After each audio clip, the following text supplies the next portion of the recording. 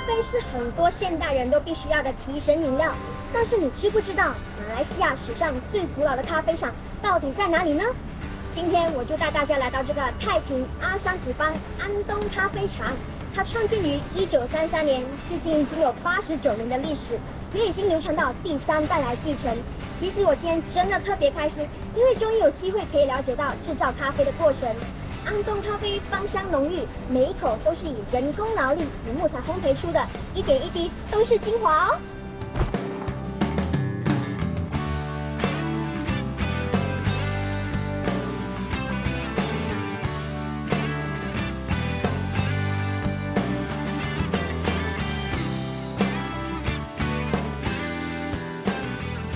在太平，只要你每天早上8点多经过鸭山古邦天桥，就能闻到阵阵的咖啡香，让你精神抖擞。